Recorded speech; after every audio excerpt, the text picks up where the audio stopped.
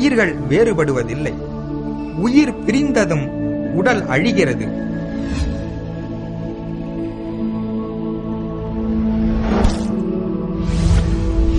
உயிர் அழிவதில்லை.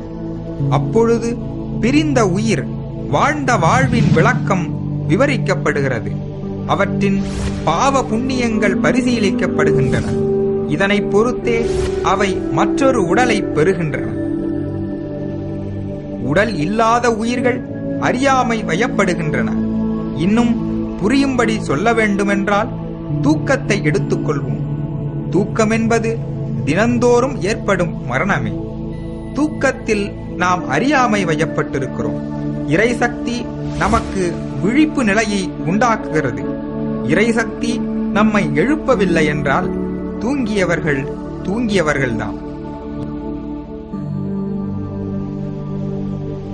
இவ்வாறு 2 ஜென்மங்களுக்கு இடைப்பட்ட ஆழ்ந்த தூக்கமே மரணமாகிறது. இறைசக்தி விவரிக்கும் விழிப்பு நிலையே பிறப்பாகிறது. தூங்கி எழுபவர் தூங்கும் முன்னும் விழித்து எழுந்த பின்னும் மனிதனாகவே இருக்கிறார். மரணம் அப்படி என்று.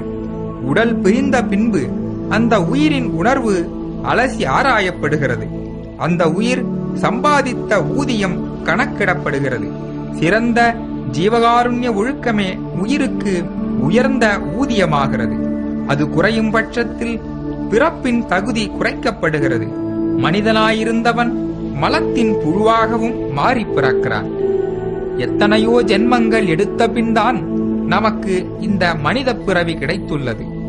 ஒவ்வொரு பிறவியிலும் நாம் செய்த புண்ணியங்களின் பயனாகவே இந்த மனித பிறவியை பெற்றுள்ளோம். பிறவி பெருங்கடலை கடக்க மனித உடலே படகாக அமைகிறது. மனித உடலே முக்திக்கு வழிவகுக்கிறது.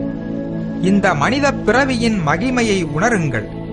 உயிர்களை கொன்று பல பாவங்கள் செய்து புல் புழு பூண்டாய் பிறக்காதீர்கள். கொன்றிலாரை கொலச்சொலி கூறினார், தின்றிலாரை தினச்சொலி திண்டித்தார்.